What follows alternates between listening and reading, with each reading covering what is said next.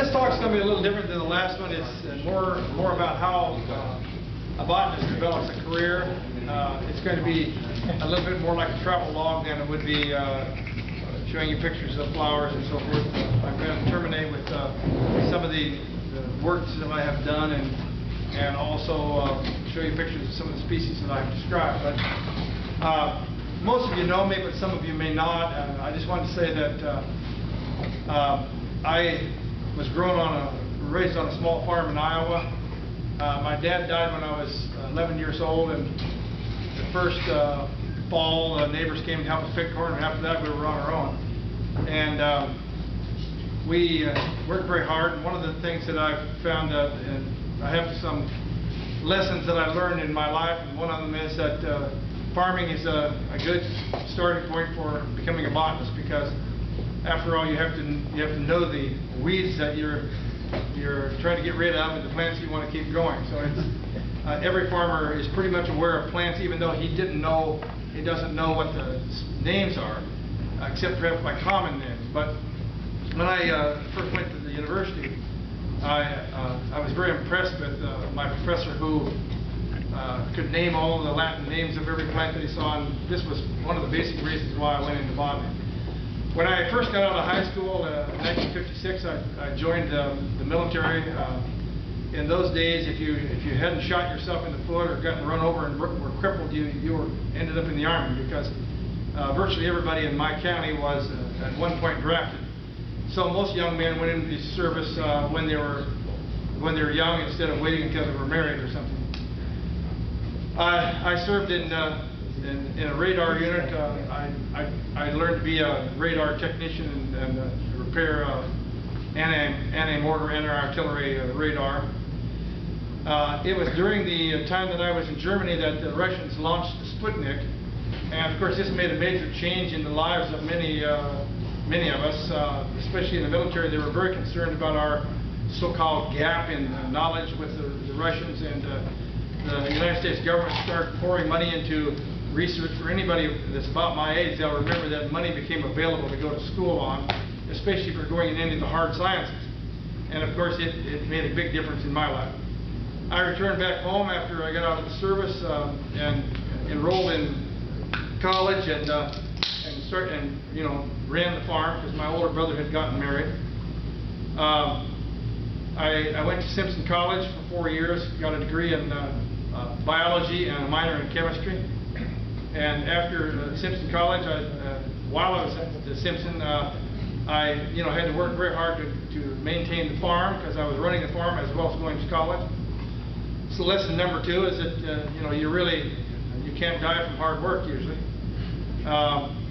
The farm work was exceedingly difficult. We had a small farm and nothing made money. You could raise hogs and lose money, and raise beef cows and lose money. The only thing we found that we could really support ourselves with was a dairy. We milked about 30 head of cows by hand each day, and of course this also meant you had to produce a lot of forage. So we spent a good deal of our summertime baling hay and moving hay. In addition to that, I always worked summer jobs to make a living. So in addition to running the farm full time, I also worked on construction jobs, sometimes as much as 12 hours a day. Usually you had the weekend or something to make hay with. Our equipment was pretty rattle-trapped and very frustrating. We all learned to run an electric welder, at a very young age, because everything had to be welded back together once or twice a day. After I got out of after I finished my bachelor's degree at Simpson College, I got a teaching job in the Virgin Islands down near Puerto Rico at the rate of $4,000 a year. So I had to work a second job in a gift store to be able to save up enough money to go to South America. I lived in a little converted sugarcane plantation, which was near the ocean. It was quite nice, but it was quite expensive. It took nearly all of my income. And after the high school where I taught was about 3 miles away, and we walked to school every day to this place. After I got out of high school, finished teaching there, I took a small boat, a sloop from St. Thomas to the island of St. Bart's, and at that point I thought I could go from St. Bart's and make it to St. Kitts, where I had already negotiated to go with a boat down through the islands. But when I got to St. Bart's, I discovered that there was no way to get off the island. There were no boats leaving. There was no airport. But fortunately, someone with a private plane flew in one day, and I managed to fly with him to St. Martin's. And then from St. Martin's, I took another plane to St. Kitts and boarded this freighter. This freighter was very good. It worked. It stopped in one island every day, and every night it traveled to another island. So I was able to see all the English-speaking islands in the West Indies, from St. Kitts all the way down to Trinidad. From Trinidad, I flew down to the mouth of the Amazon and took this Catalina-type aircraft, flew up the river. It landed in numerous places along the river and floated over the edge and picked up some Indians and dropped off people and dropped off supplies. It took me as far as Benjamin Constant, which is on the border of Brazil, Peru, and Colombia. And then they said, you know, your ticket is no good for any further, and they threw me off there, and I had to wait there for 3 days in this miserable little town.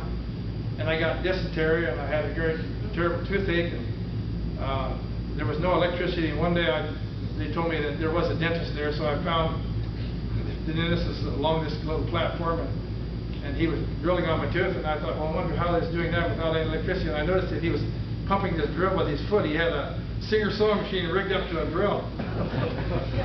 I went from there across the Andes, to stopped in Trujillo, stopped in Tarapoto, and then to Trujillo. Took a bus down the coast to Lima. Took the train up to La Aroid in the Andes. This was the highest railroad station of any train operating in the world. I practically passed out here, stopped to take this picture, and after I took this picture, I went completely black. I had to sort of feel my way back into the train. Then I took buses and/or trucks down through the Andes, through these towns, Huancayo, Ayacucho, Andahuaylas, Albuquerque, on to Cusco. And from Cusco, we crossed Lake Titicaca on a sailboat.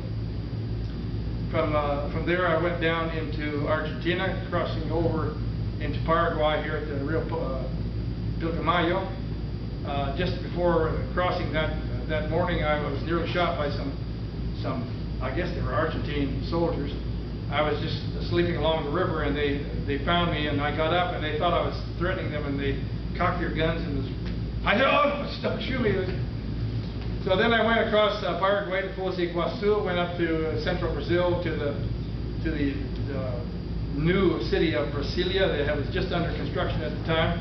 There were only a few buildings, these fancy buildings that were being made at the time. This is the type of vegetation you find around Brasilia. Then I went back down the coast through the Brazilian cities to Porto Alegre, and then across Uruguay across the Pampa, across the Rio de la Plata to Argentina, to Buenos Aires, and then across over to Mendoza, and from Mendoza across the Andes into Chile. From Chile, I traveled north through the Atacama Desert, and from there I went on to the rest of my trip through by bus to Venezuela and back through Central America, back to Iowa. When I got back to Iowa, I was too late to teach the semester that I might have been teaching, and so I taught the second semester. I worked on a freight dock for a while until this job opened up in Knoxville. I taught there for just one semester, then I went on to the University of Kansas in Lawrence, Kansas, and started my PhD work in taxonomy.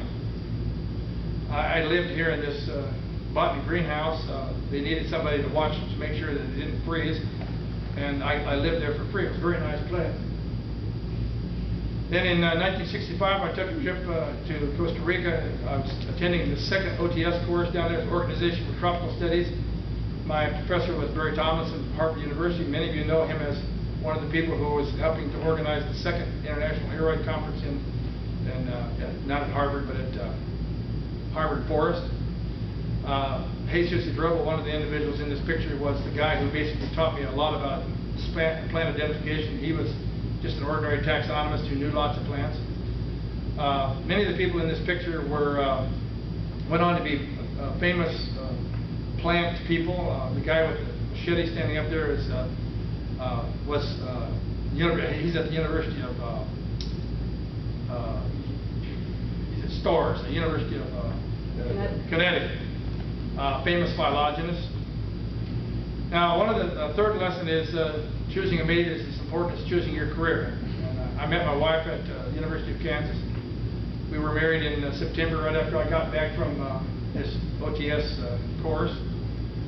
I continued my PhD work while Pat supported me. She was a professor in mathematics and taught at the university while I was there. Collecting plants in the Great Plains, I used this 1962 Volkswagen, and to dry the plants, I just opened the little bonnet on the back there and I set my plant press right behind the motor. And with the air whistling by and the heat of the motor, they dried plants quite well.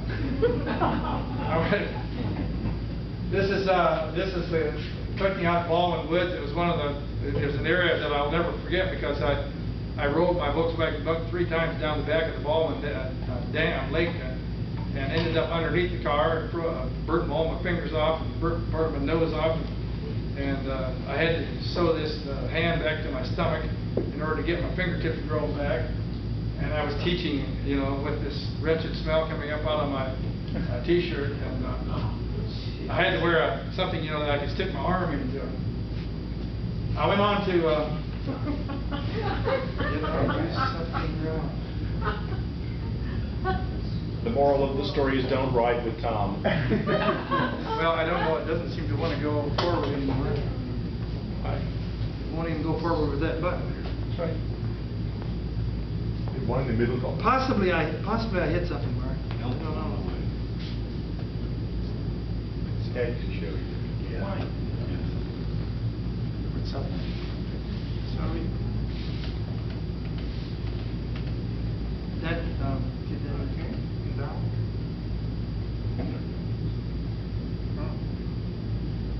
Will it even go with the? You can with the roller. Oh, with the roller. Okay, that's good. I roll 10 forward or less. I think the button. Except that I got to go backwards. Okay, got to go. I got to roll backwards. All right, I took my first job in Missouri Botanical Gardens in 1967. This was the administration building at that time, where both the library and the herbarium was located. A few years later, 5 years later, we built this building where I currently house, the Lehman Building, and we've subsequently moved half the collection to still another site now, but I chose to stay in this building because I had a bigger office than the other place. My first job was, in fact, I was employed by the Missouri Botanical Gardens to do the flora of Barrow, Colorado Island. So I went down there in 1967, and I spent 2 years studying plants on Barrow, Colorado Island during the course of 2 years. I spent 1 full year on the island during the course of 2 years, by going down 2 months, then back 2 months, and down 2 months, in order to cover the entire year. I did, Barrow, Colorado Island is, while it's a very small place, only 6 square miles, it has 40 miles of shoreline, so it's got lots of opportunities to collect by boat. And I did a lot of my collecting in this big old aluminum canoe. I think I lost about 5 cameras on this thing, because you were constantly being upset by these ships. The big ocean liners, if you didn't look, and you had your bow to or you had the back of the boat facing toward them, the water would just come in and slosh and your boat would sink. But it was an excellent opportunity to get into these small coves. If you sped the motor up and raced into these things, you could slide over all this hydrilla and get in close to the shore. One of the dangerous points there was you might just roll right underneath a wasp nest, because the wasps like to hang on these branches down near the bottom of the tree limbs. I spent a good deal of my time while I was not on the shore, working the trails, and because you were not allowed to fell any trees on this island, I spent a lot of time climbing trees. This particular tree, for example, I spent nearly a whole day in it.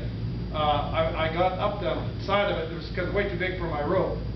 I got up the side of it by using that thing that was in my left hand there. That turned out to be the stem of Cosmopoena skinneri, which was a 30-foot high tree growing in the crotch of this anacardium tree at 100 feet up.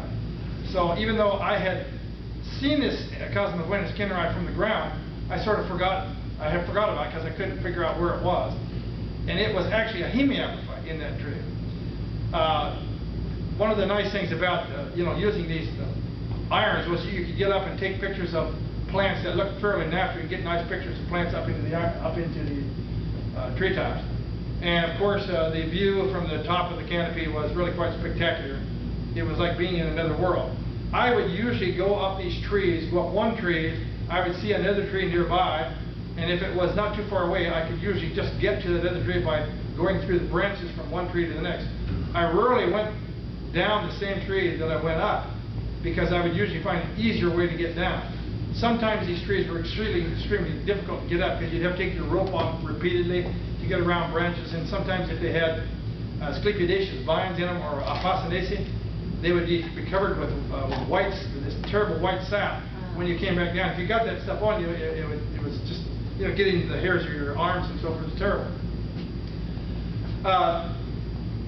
When this Floribera Colorado island was finished, I had an opportunity to go back to Panama to be the curator of Summit Gardens, Summit Herbarium, which was located here at Summit Gardens in the Canal Zone. It's right at the Continental Divide in the Canal Zone. We had an herbarium there, and I wrote the Floribera Colorado island in this herbarium. At that time, it was a 2-story building, but we did a good job at burning the roof off in these plant drying operations. Plant dryers are notoriously dangerous, because we started many fires. I mean, I could write a whole book about just fires that I had created. Explosions and fires. I mean, here's the herbarium after the Summit fire. I did not do this. I mean, there was some people there. We believe you. We don't believe you. There were some people there from Duke University who actually burned the building down, but I was always blamed for it. Everybody said, "Oh, he's the guy that burned the building down," And that wasn't the only building we caught fire. But the statute of limitations has expired now. Anyway, it was interesting. This Summit Garden site was totally illegal. The guy who was in charge of the so-called housing division was extremely powerful. He had worked for the Panama Canal Company for about 40 years.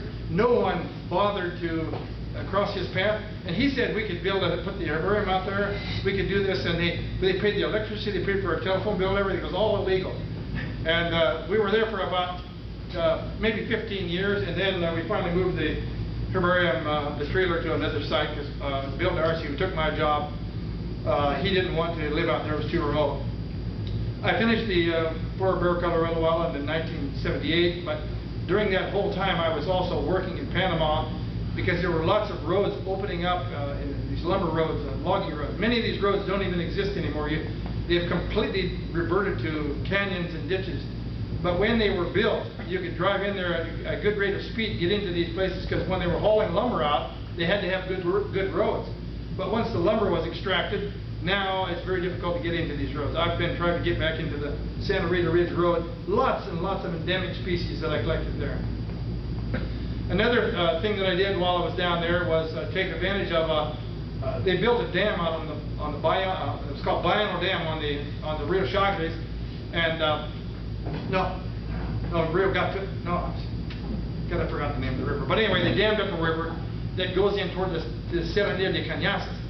And the World Wildlife had a big project there trying to capture animals from this flooding water, because they were being aggregated up on the tops of the little hills, you see. So they went in there to capture all these monkeys and other animals that were in there. Another good way to get into the forest was, of course, by going by helicopter.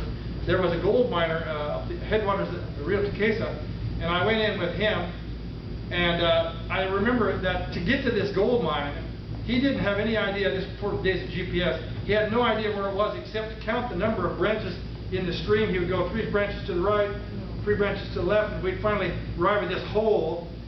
From the helicopter, it looked like a very tiny hole, which was only maybe 100 yards across. But we landed there, and I immediately started collecting, thankfully, because within an hour, he says, we got to leave. And so, I got an hour's collecting in there. I remember collecting 3 new species on one branch of one tree, more or less where I'm standing there. It was an incredible place. I've never been able to go back to it. Another good way of collecting plants is to go in by light aircraft, and if you got a landing site, this is the old gold mine at Cerro Piri. It's right at the base of Cerro Piri.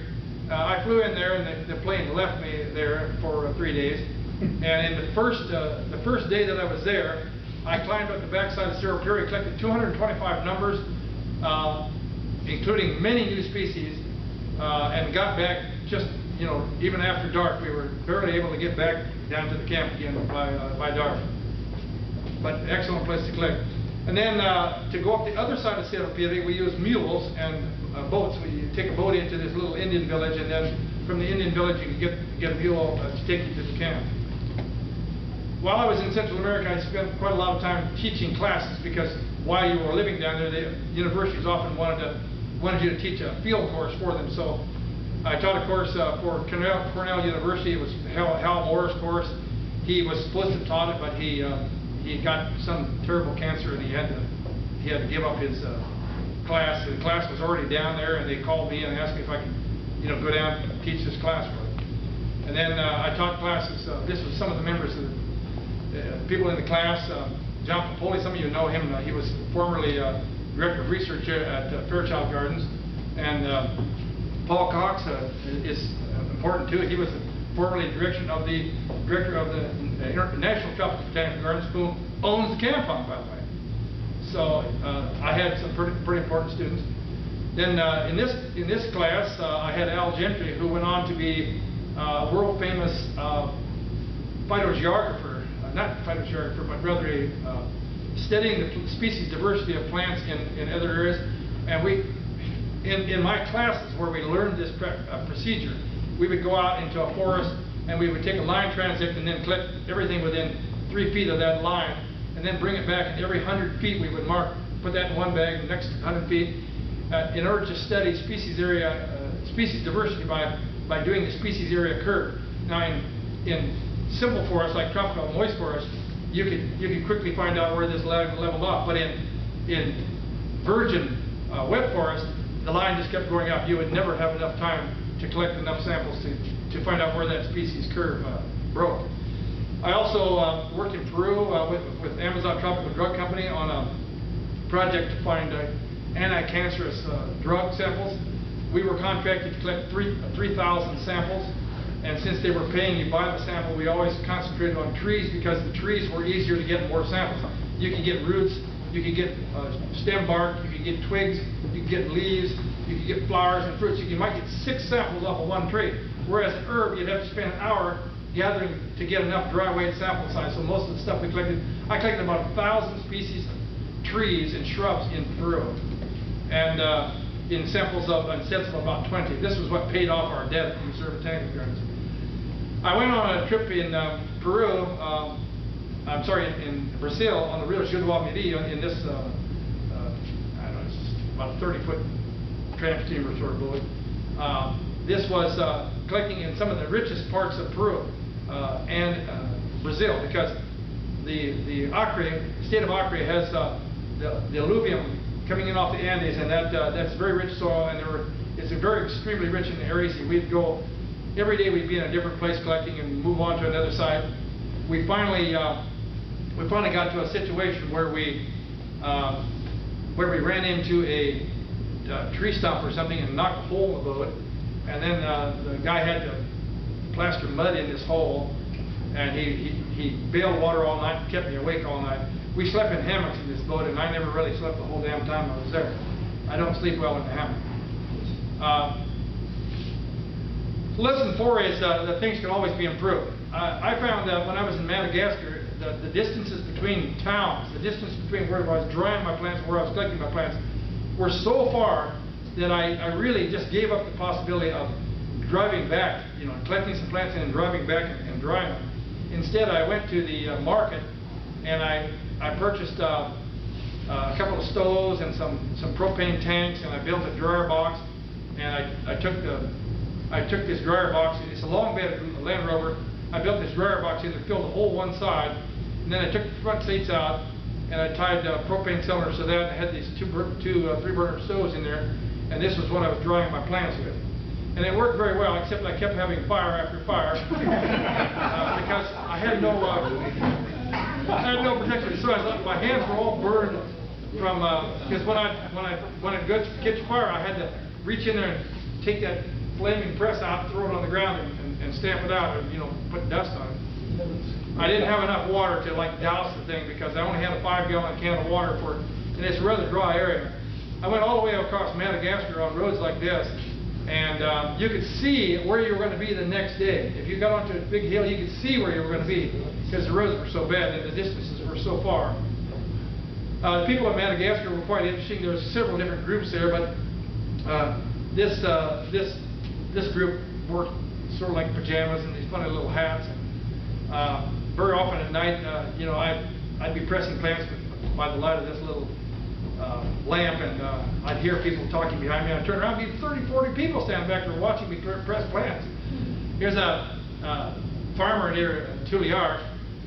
Nearly all the land farming is done there with this particular instrument. This looks like a long spade with a big handle on it and a sharp end on the other end. So that's what they use to plow the fields. And this is a group of people down near the Indian Ocean. I was lost one day driving across this big plateau because there were roads going in several directions and I didn't know what to do. And I asked these guys, of course they didn't speak French, but when I said Tuliar, they'd point this way. And so they understood enough to know where I was going. The vegetation there is very interesting, but mostly very spiny.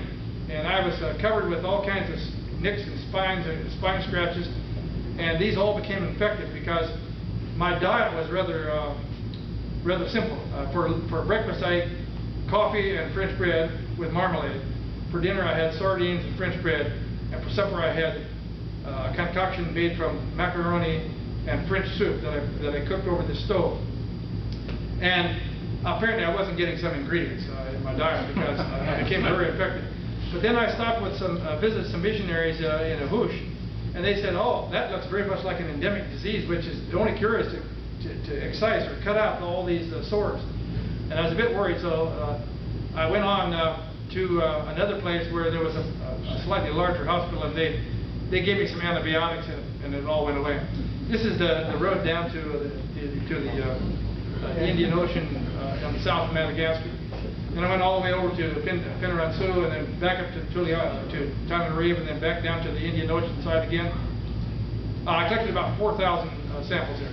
One of the things that I learned from this trip was that that was the idea, that things can be improved. When I got back, I decided that I would build a better dryer than the one I had. Still, I like the idea of a portable dryer, something that you can dry plants every day, day after day after day. And this is the finished product. But I started off with just a framework of network of wood. Refrigerator had its own little alcove, and all these drawers were born on roller things. This was the guts of the thing, the dryer. I had an old refrigerator that I cut out and put in the side of this thing. It had an automatic fire extinguishing system. But it never caught on fire except one time when I left the port off. There's a little port door there that I left open, and one of those straps got down into the flame, and it started burning. And I was crossing the Guatemalan border at the time, and I had turned the dryer off because I always turned it off when you went through the borders, because if you didn't, the steam was coming out of the side, and they would notice that there was something fishy. So I got to this next little check stop, and they said, "So your truck is on fire?" And I said, No. Because I didn't want them to see my plants. I had smuggled all these plants across the border, and I didn't want them to know I had plants in this dryer. But then it really was, the smoke was just belching out of there. I couldn't lie about it anymore. So I opened the door, and that was the only time in all the many times that I went through Central America, through dozens and dozens of borders, that anybody ever once opened this door. They never found this door. It was perfectly obvious there was a door, but they'd always go around to the back. Of course, the roof was down at the time. They'd get in there and crawl around with their swords and their machine guns and everything, looking for stuff.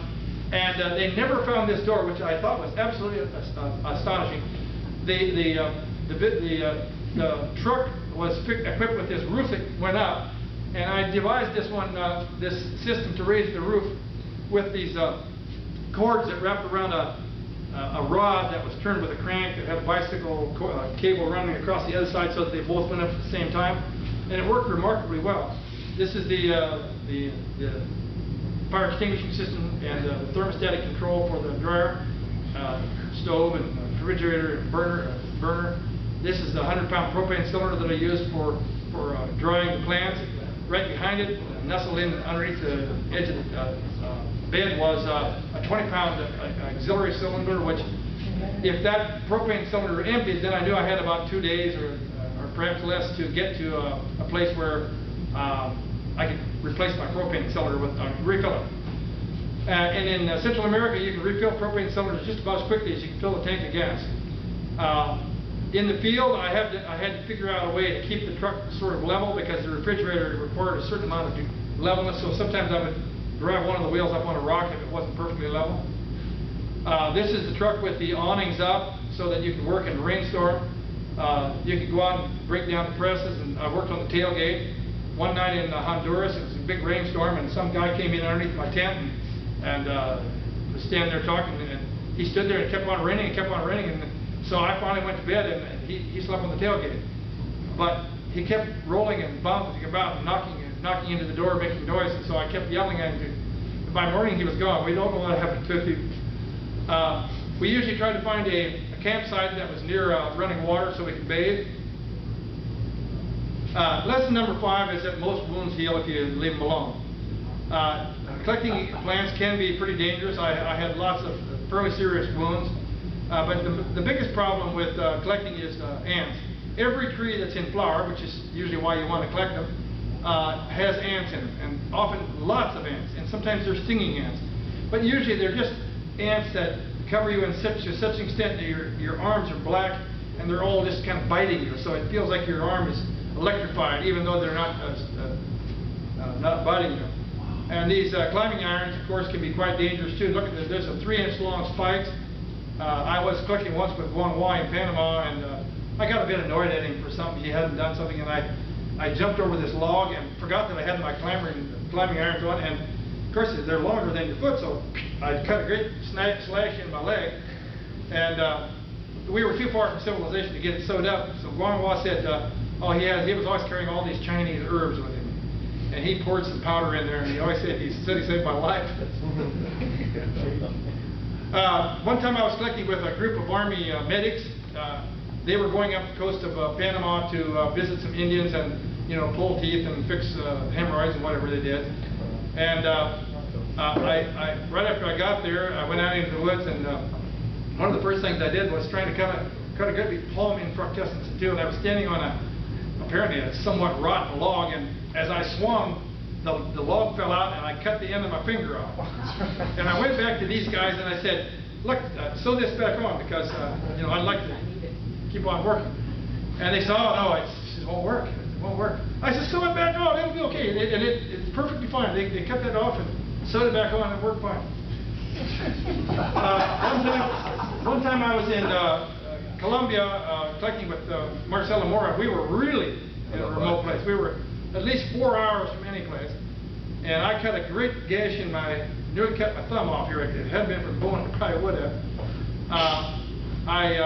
Marcella had gone to RSC to collect some plant near RSC, and the only person that was there was this old colored cook, and she was just frantic with because I had blood running all over the place. But I just wrapped a Band-Aid, my bandana around it and clotted off the blood and kept on working. But that night I put it into a bread bag to keep my sleeping bag from getting clogged up, and the next day the thing was all stuck to my skin, and I had a hard time getting it off, so I put it in hot water to get the bandage back off again. This is how it looked when I got the next day. We went to RC because Marcella came back and said that she had found a boat to take us down the coast. We had collected so many plants there that we couldn't take the airplane back, and we were also collecting illegally, so we were afraid that we would get caught. So we went to RC, and then we took this fishing boat. This thing was full of fish, and on top of the fish there was a lot of lumber stacked up on the roof. There was a tiny little hole that crawled in there. There were about 100 people crawled into this hole, and I had to stick my hand into a hole along the edge to make sure that somebody didn't stomp on my bandaged, or on my wounded hand. This is my wound just about a week later when we were working down in Ecuador.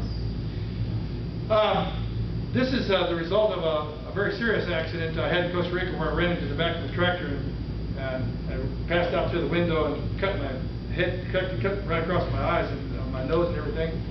And on that particular occasion, they sewed for about 3 hours, and the next morning I was given a ticket for running into this tractor. Now the tractor, the reason why I ran into the tractor, because I thought it was a motorcycle. It had a bright white light on its back, and I was simply trying to stay on my side of the road and avoid him, but in fact he was straight in front of me, and I crashed into him, and his light was blinding me. Sometimes we did field operations like this. Lynn Hannon was taking a botfly out of my back and using a razor blade and some alcohol, and we always had it with us. Lesson 6, gravity is the same all over the world. We've had a lot of rollovers and so forth, and this was one in Costa Rica, in Belize, where we rolled over the, we ran a bus, and the bus wouldn't back up, so we had to back up. It turns out this road had absolutely no edge, so when we got near the edge, it just peeled off and rolled down into this orange grove, and the truck was being supported by this orange tree. The wire went off to get a caterpillar or something to pull us out. Gentry and I set to work cutting this tree down. We chopped it all down, and then the truck fell back over on its wheels, and then we jacked it up to get the trunk out. We drove it back out. We were back out on the highway before he got back with somebody to pull us out. The most serious accident probably I ever had was in Costa Rica, where I rolled off this embankment here, part of the road cave way, just where you see the curve in the road there. And my wife and family were in the truck with me, and we rolled 7 times down the side of the mountain, landed in the river. The truck was hanging by a boulder. Front wheel was suspended on a boulder. The back end of the truck was in the river, and Ann was unconscious, and Kevin was missing, and Pat went into the river to see if Kevin was under the truck, and she got carried away in the current. The next thing I noticed, she was about 100 yards down the river, crawling out of the river. I had meantime crawled over this boulder and discovered that Kevin was clear up at the top of the road. He had fallen out the window on the first revolution, and was up there crying and wanting to come down where we were, and I told him, stay put, because it was a very steep embankment. So this was quite a terrorizing scene. Lesson number 7 is the Suzukis are formidable, but for muddy roads, but they don't flow so well. I arrived at this river, Rimac. It's the main river coming down out of the Andes near Lima. I was at about 2,000 meters.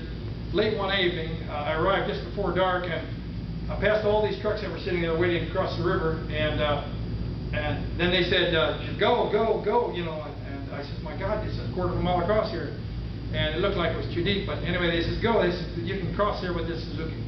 But I put the 4-wheel drives in, and I made it about 100 feet out, and it started floating, and the motor died, and I ended up crashing into a stock truck that was also stuck there. And then it got dark. I crawled out of the windows, crawled out one of the windows because the truck was filling up with water. I got my possessions out, stuck them into a big Volvo truck that was so big that it was up out of the water. Some Indian was guarding for me. Then I sat on the roof of my car until it went underwater, and then I crawled into the Volvo. By this time it was dark, and it was raining. It was cold. I was freezing, and the driver said he kept listening for water, and he says, "Get out, get out!" So we jumped out into the river, got all wet again. He thought that there was a wall of water coming down because of the rain. The next day, that same evening, a caterpillar came along and pushed him ashore, and I said, my car is out there in the river, and we shined a spotlight. All you can see was just a little bit of the roof.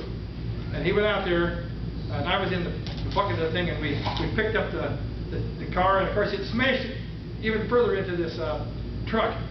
Smashed the whole side of the thing in.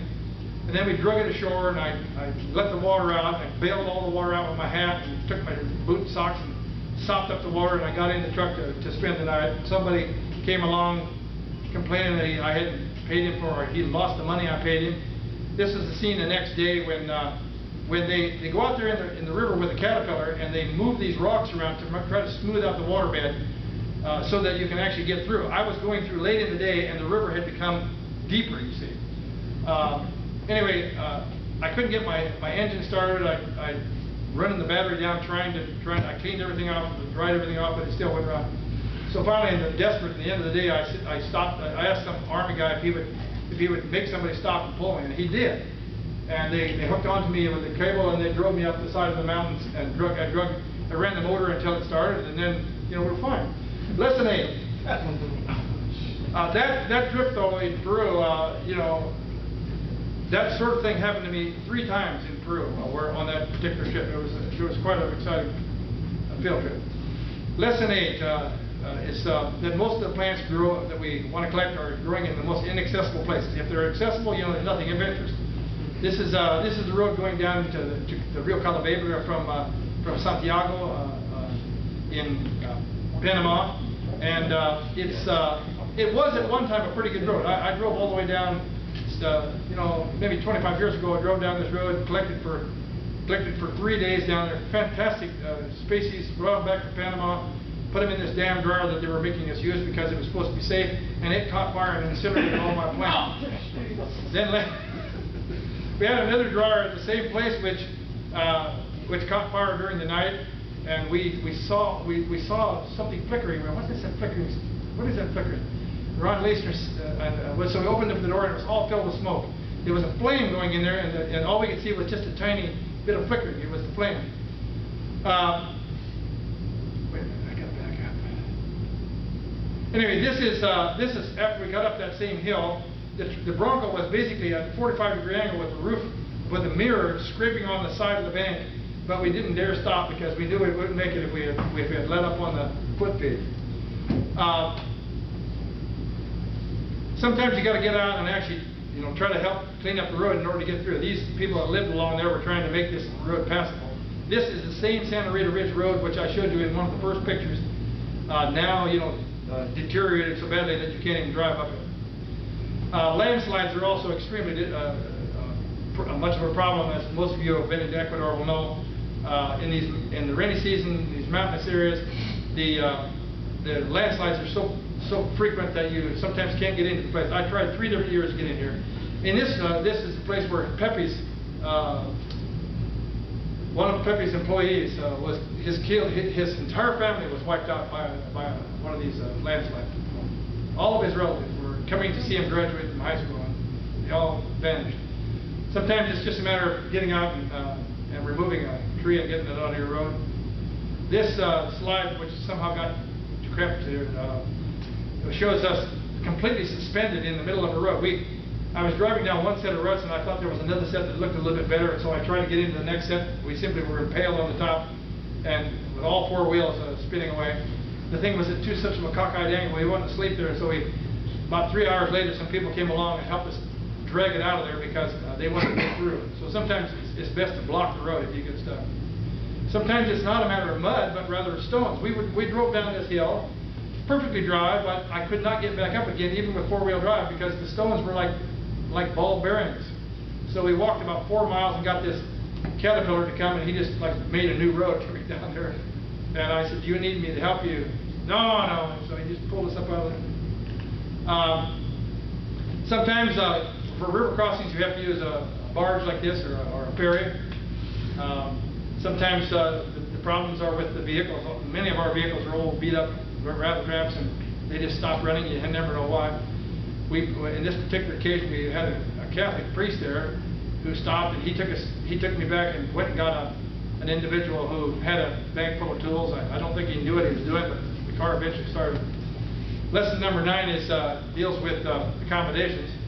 As you can obviously hear, the accommodations are not always the best. This was a place where we visited near Atia at 3,000 meters. Petra, Lynn Hannon, and I all slept on this piece of plywood, and it was it was really, really cold. So we were kind of snuggled together in our sleeping bags to keep warm. They had a stove in the place, but it made no effect at all. I slept with a group of Choco Indians in the Rio Mahe. I took a boat in to the Mahe, and then the boat left me there. And I didn't know that there was anybody living there. And after spending a day, I finally ran into this tribe of Indians. In fact, as I was walking along, one of them came up out of the water with a spear, and I thought, Jesus, I was dead, because he had a spear in his hand, and he had just come out of the water. And I thought I was totally alone.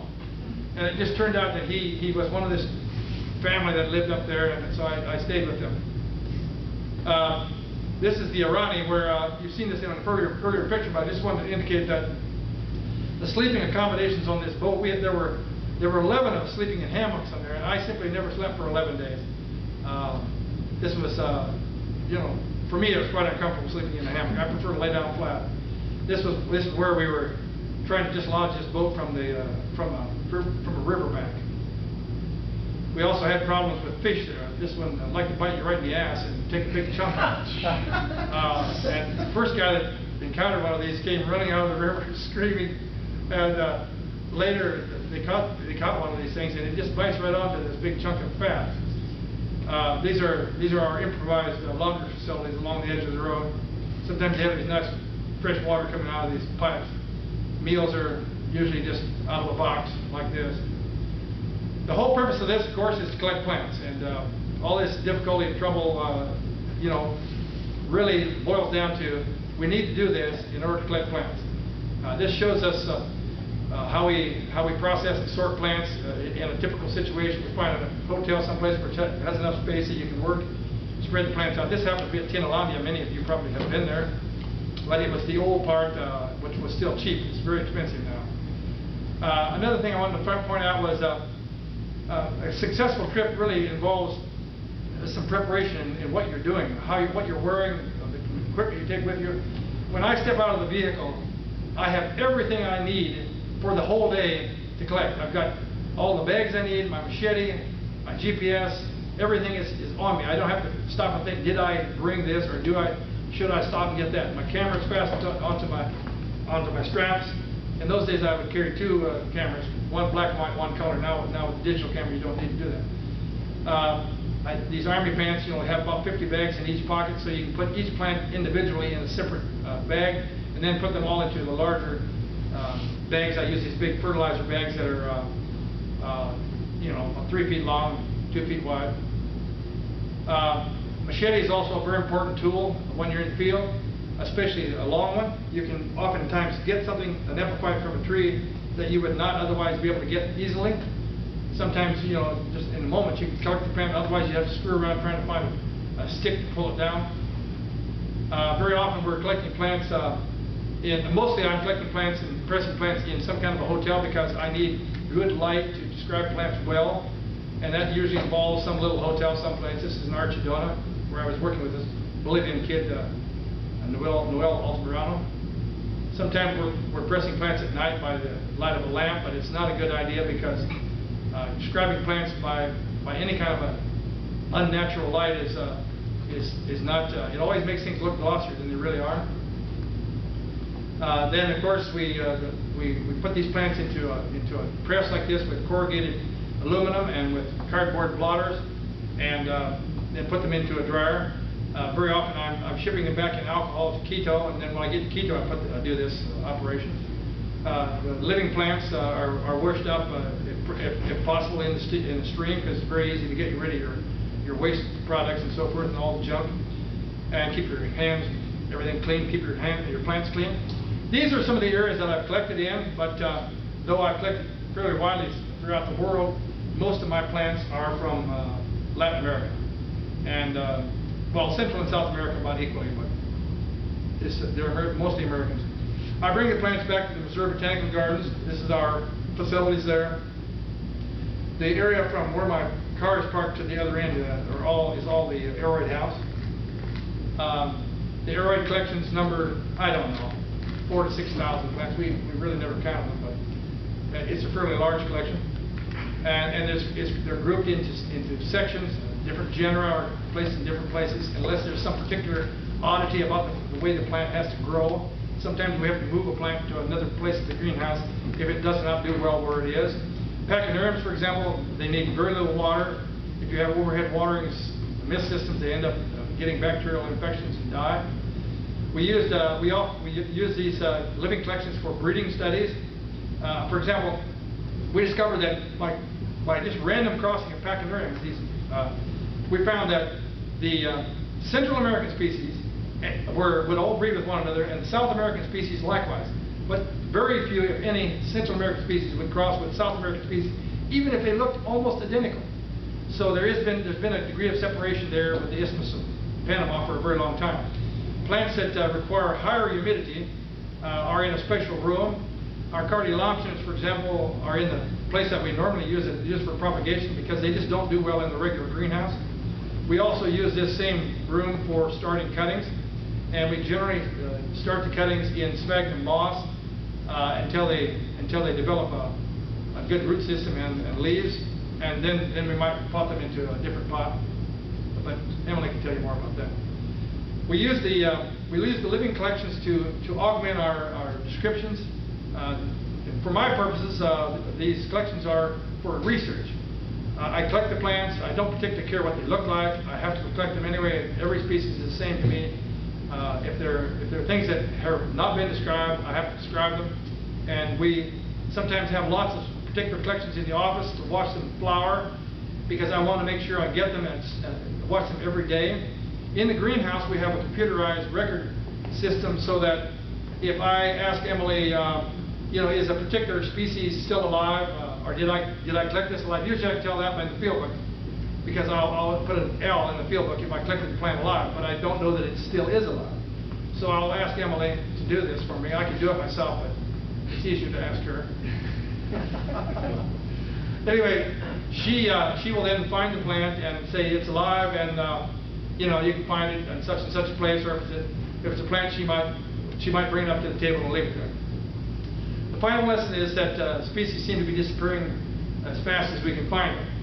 And it's very true that in many, many places, we simply know extremely little about the species that occur there. There's great swaths of the Pacific coast of western South America that have virtually been unexplored.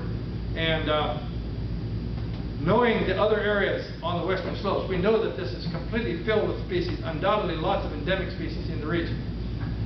This is a slide showing an area where Lynn Hannon and I collected a new species of Chlorophylla only 2 weeks earlier.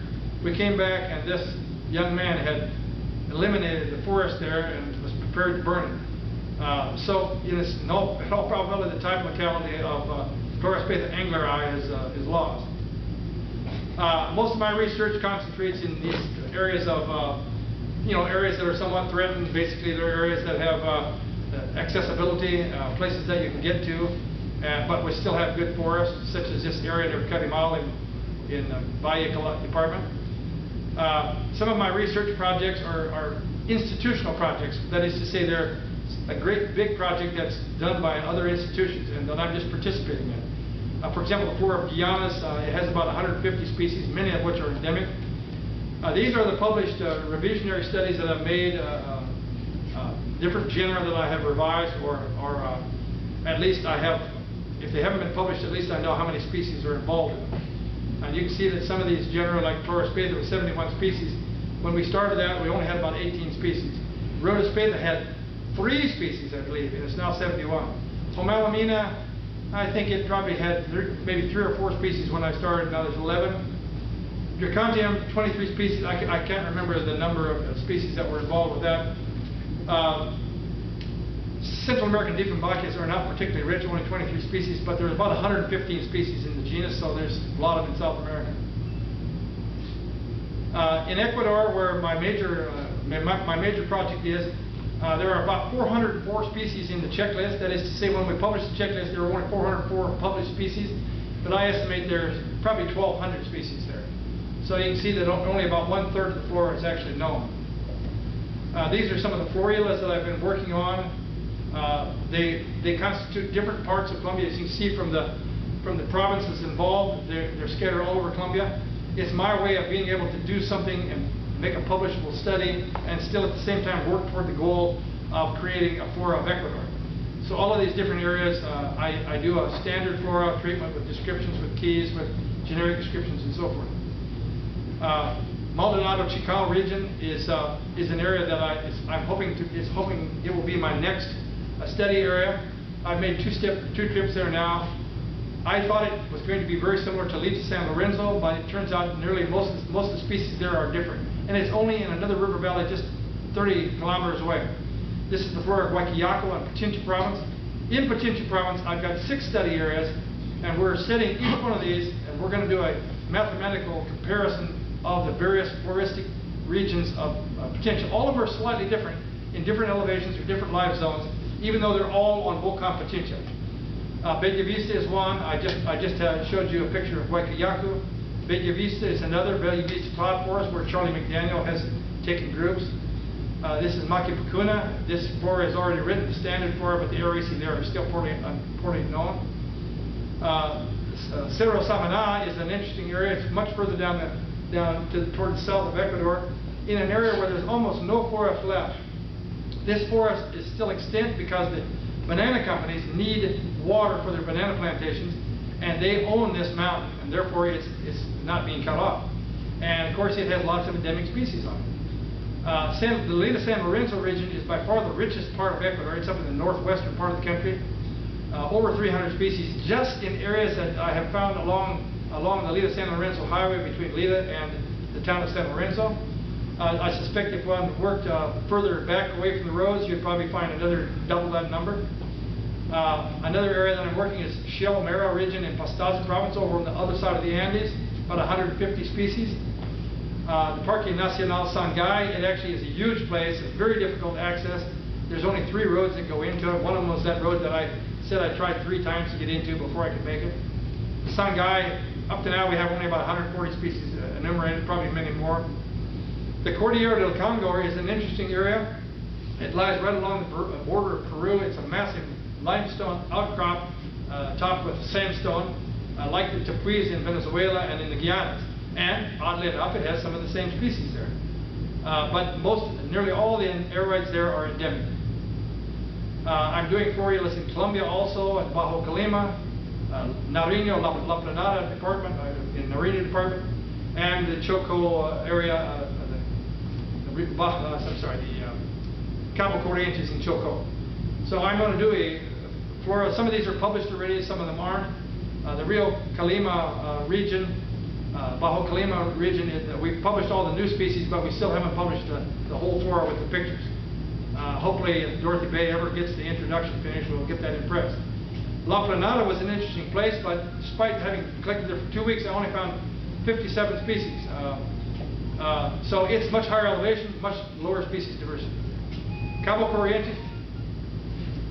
Cabo Corrientes is the region where Marcelo Mora and I were when I cut my finger off, or cut my thumb real badly. Very remote place. There's a nudist colony next door. I was thinking about going over there to get them to haul me to the hospital because they're the only people who have a boat. But I would have probably bled to death getting over there. These are just some summaries on my field activities. I've collected over 100,000 numbers and described about 800 new species. There are many more. I suspect 2 or 3 more hundred species that are in the works. Number of films I've taken, and digital images and so forth. I always make DNA samples of every species and collect pickle material and so forth for future studies. The gardens has grown from 3 cases to 60 cases equivalent in the time that I've been there. So most of the aroid growth there was either due to my collections or to my influencing other people to collect for us. And sometimes if you identify plants for people, then you tell them it's very interesting, go out and collect some more, they will. So that's important to make note of the collections.